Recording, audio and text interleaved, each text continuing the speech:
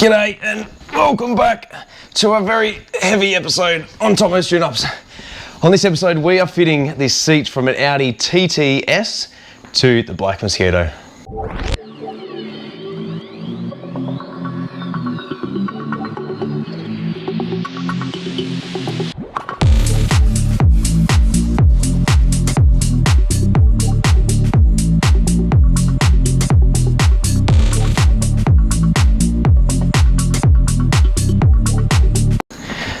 Oh man, you really don't realise how heavy and awkward that seat is. I'm actually an Audi and Volkswagen trained technician, and it has been a long time since I've had to pick one of those seats up. So folks, welcome back. Thank you very much for tuning in to another episode of Tomo's Tune-Ups, working back on the Black Mosquito. On this episode, we're going to be fitting that seat inside that Mini. So you're probably wondering, how the hell is that going to work? Well, thanks very much for asking. Essentially, the customer has bought this seat from an Audi, a wrecked one, I believe. He has gutted it as much as he can and fabricated the brackets to suit below to make this seat adapt to a classic Mini. So, as I'm pretty sure most of you are well aware, once his box is open, because I've probably got the world's bluntest knife, I might as well just use a rock. A classic Mini is held in by a couple of bolts. So there are some brackets that hold down the attachment on the main rail that runs from left to right on it. There's two bolts there, and then there's one bolt either side that attaches the bracket to the seat. So essentially these brackets are what we've organised from the UK from my good mates at Retro Components. If you haven't already, make sure to check out their website listed down below for a discount on some of your products. They will ship worldwide, and they do a bunch of really cool, exactly that, retro components to suit the classic Mini. So once I finally get this open, these are the seat brackets that we're going to be using. These are a really cool thing. I don't think I've spoken about them yet on my channel, but they are a wicked bit of gear because they're made of billet aluminum, or aluminium as we call it here down under, and have a variety of holes in them, which enables, I wouldn't say infinite possibilities, but they have a variety of different holes in which enables you to mount it in the correct driving position. Now, if you're anything like the owner of this vehicle, who is 6'10", you want a good driving position. Failure to do so is going to result in cramped driving style, and it's going to be uncomfortable. So inside this box, we have a cup holder, which is actually for my car, and we have a pair of seat brackets. So essentially, once I open these, eventually once it all comes out, this is the sucker right here. They do have a little bit of weight to them, which is really quite surprising, to be honest, but essentially that is it. That's the bracket. So two bolts that mount it to that bracket that goes across, and then a bunch of different holes all the way along here, depending where you need the seat position. So we're going to start by mounting this first, and then we're going to put the seat in on the driver's side.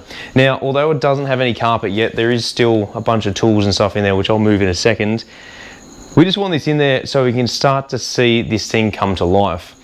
When you're putting in dashes and stuff, it's always good and handy to have yourself a milk crate or even the seat to go in there, to be able to have something to sit on, to sit at the right height, to enable you to put things together. It might just be the dash, it might be that you want to put the roof lining in, do some interior trims, it might even just be working out seat and driving positions. You might find that it's too close, too far, the steering wheel's too high, steering wheel's too low.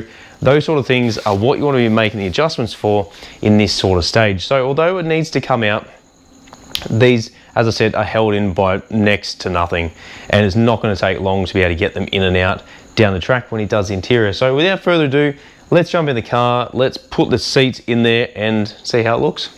All right, so this is a pretty easy modification to make to your classic Mini or your Moke. So essentially, like I said, we have two bolts at the front of the bracket. There's one here and there's one here, and they're located at the front part of this kick panel. Now, I like to use bolts that are a little bit longer. These are probably about 1 inch long. They're 1/4 inch UNF. And that way, when they go through, it gives it that little bit of extra thickness that goes through the plate as well as into this cross piece just here. So they do only fit one way. You obviously can't fit it upside down, and they're tailored to suit. So they're not left and right coated. All the bolt positions are exactly the same along these. So we're just going to line it up. I do have a bolt with a washer. So we're going to start these by hand, as you would normally with other bolts, and then we can go and tighten them up. If we haven't already spoken about on an episode of Minisport, they do offer a series of bolts in which enable you to remove the front seats quickly. So there's a wing nut and a special bolt that goes through, and it has a square end on it. Essentially the original ones, the brackets that is, and the seats have a square end. This goes in there and that locks it in, and then you just loosen or tighten it using the wing nut. Now these are really handy because you can remove them with little tools. If anything, if you are as strong as Hercules and you do it up and you need a tool to undo it, you're probably doing it up too tight. But you can generally just tighten these up by hand, and you can remove them, as I said, with little to no tools. Unfortunately, with the new design that they have here, they're all circular holes, which means unfortunately that bolt is just going to go over your shoulder and you're going to be able to use the wing nut. So essentially what we're going to do there is we're going to replace that with a standard bolt. We're going to probably put a washer on this side, a washer on the other side, and just do it up by hand. That way you can still utilize the original wing nut and make them easily removed.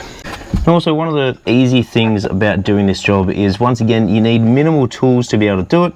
You essentially just need a quarter drive socket, a couple of extensions, maybe a screwdriver, a bit of patience, and that's it really.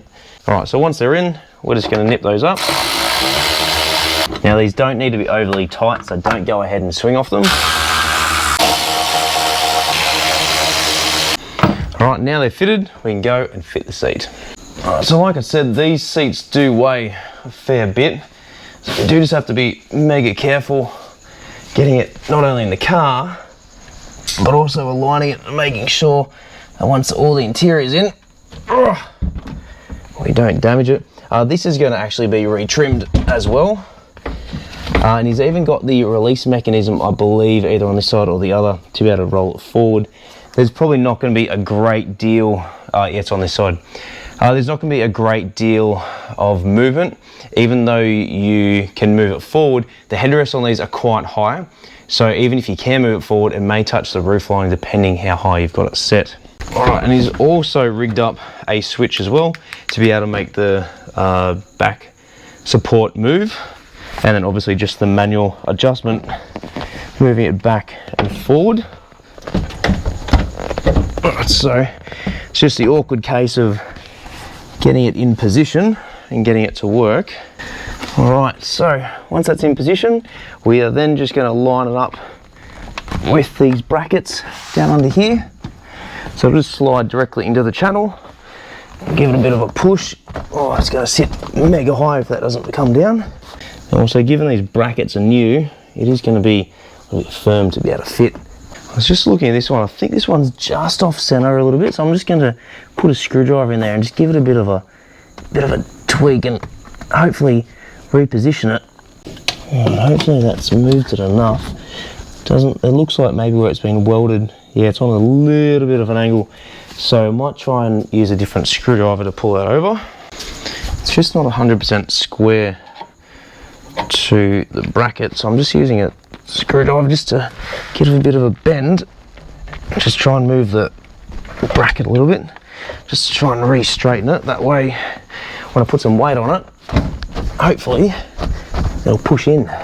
Yeah, so it's almost there. Just give it a little tweak more, and hopefully that should just clip straight in.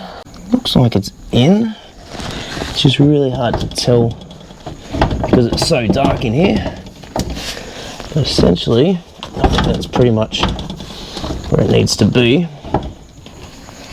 So once you line up with the holes of where you're happy, just put a bolt through to begin with, and then make the adjustments you need, whether it be up and down, or whether it be front and back. So we're actually going to be limited to where this is going to sit. Essentially, the back of the seat is sitting down so low, so it's on such an angle that where the rail is, we're going to be limited to how low we place the front. We were to trim the bracket where it comes along the flat part and move it back a bit, or raise the back of the seat, we're going to get a better driving position. However, in this stage, we are really going to be struggling to try and get it in position. What I might do is see if I can find some rubber blocks, or I think I've got a piece of wood around here somewhere, and just place it underneath the back of the seat just to lift that up a little bit. Hopefully then that will align the front bolts. We can put a bolt in and just get a bit of an idea as to where it's sitting. Because I think at the moment, and yes, I am Barefoot Billy, that's going to be sitting. Whew. Man, it's been a long time since I sat in one of these. Yeah, I'm pretty much hovering here now. Like if I'm to sit here and drive this, even if I move that forward, it's just going to raise the front of the seat up higher. Essentially needs to be bringing the front down, I think, because yeah, at this stage, I feel like I'm a 6-year-old, like my son, trying to get in my Mini and drive. That seems a bit high to me.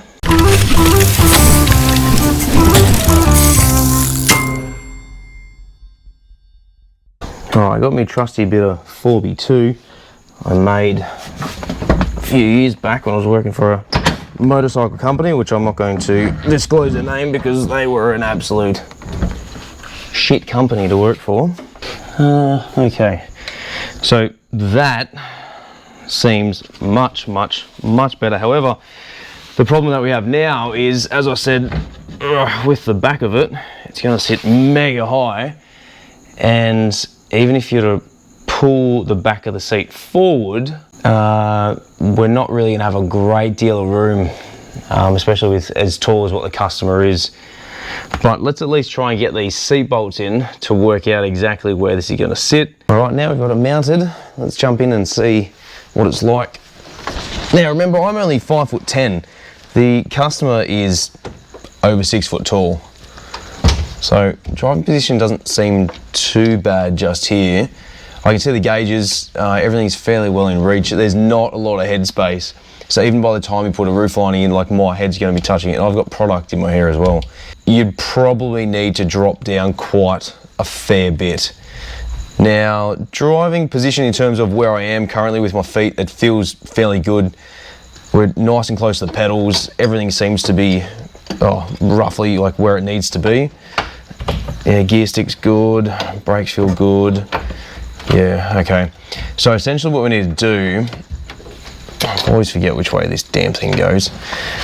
What we need to do is lower the seat back down, because as I said, like the customer is over 6 foot tall, and for him to be able to get in and out of this thing, it's gonna be a bit of a pain. Essentially what we need to do is I've got to contact him and see how he wants to go about this.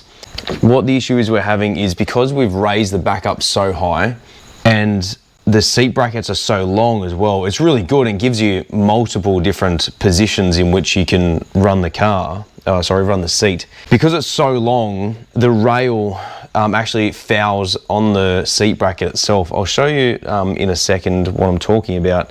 Raising up the back is really good, because then it keeps that seat level. But if we're going to drop the back of the seat down, it's going to kick it up on quite a big angle. It might be a comfortable driving position, however, because it's snagging on the end there, we're probably going to have to trim off a bit at the end on an angle, work out exactly where the customer is going to be sitting in this car, and then trim the seat brackets to suit his style. We probably need to work out exactly where he needs to sit and then trim that seat rail to suit.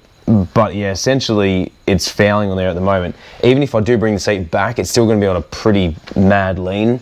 And that's even packed underneath the back as well. It just means that where it's currently sitting, it would need to go back further in order for it to not only rest on the floor, but also be able to lock in the lock tab as well, to be able to release it to lift it up.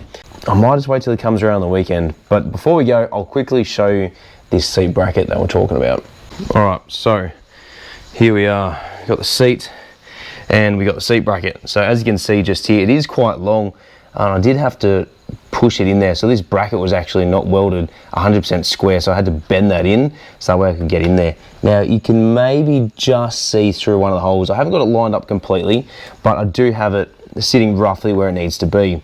Now, this is the rail that is way too long just here. When this piece of 4x2 comes out, that angle becomes even more severe, which then the edge of the seat bracket fouls on here. So essentially what we could do is move the seat back, and that way where it's going to touch is going to be obviously less, more towards the back, and therefore it's going to be less here, but then the whole seat's going to have to move.